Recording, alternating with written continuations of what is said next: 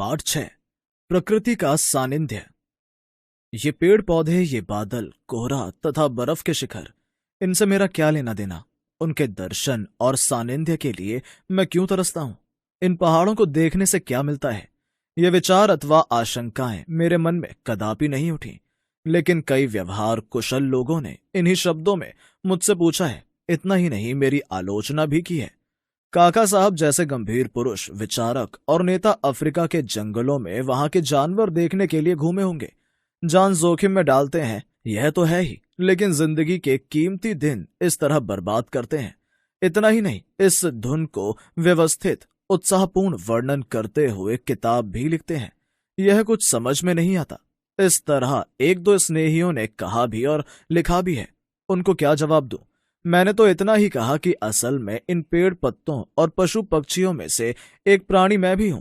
भूल से ही आप लोगों की सयानी दुनिया में आ गया हूं।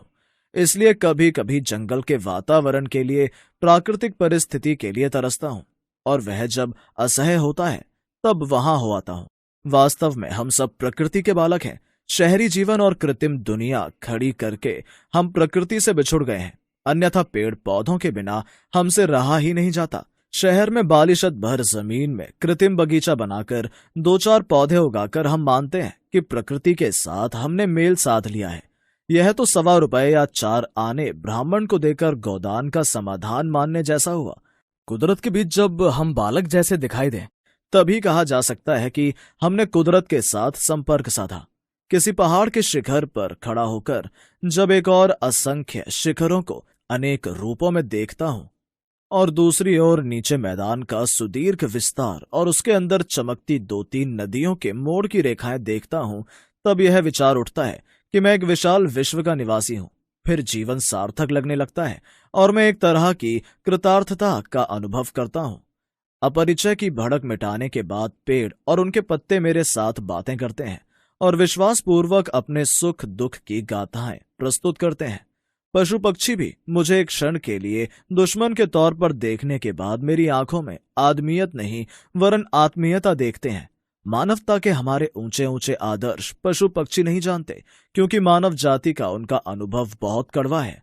हम जैसे हैवानियत शब्द तिरस्कार के साथ इस्तेमाल करते हैं, वैसे ही पशु पक्षी आत्मीयता शब्द इस्तेमाल करते होंगे और उसमें अपना सारा कड़वा अनुभव व्यक्त करते होंगे।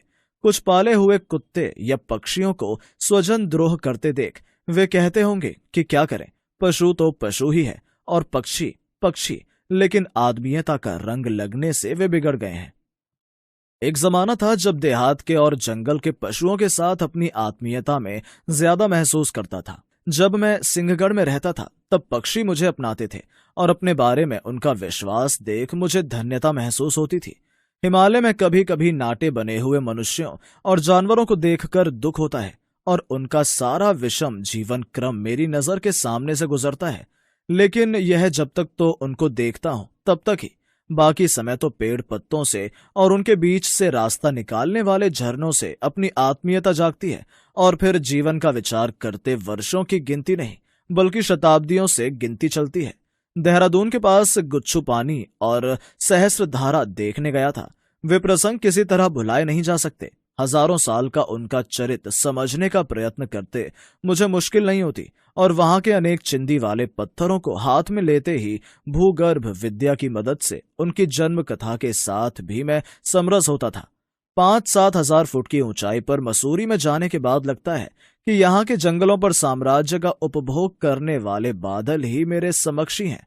कभी कभी एकाध पक्षी को एक पहाड़ से दूसरे पहाड़ तक की घाटी लांघकर जाते हुए देख मुझे ऐसा लगा है कि पक्षी होकर नहीं, लेकिन बादल होकर इन शिखरों के बीच में व्योम विहार जरूर करें। इन चिर हिम शिखरों में और इन पर विहार करने वाले बादलों में मनुष्य को महान सूचना देने की शक्ति है, इसलिए उनके दर्शन को तरसता हूं। ये बादल देखते ही देखते अपना आकार, अपना स्वरूप और अपना गठन भी बदलते रहते हैं। बादल आगे पीछे ऊपर नीचे दसों दिशाओं में दौड़ते हैं, फूलते हैं और पिघल जाते हैं।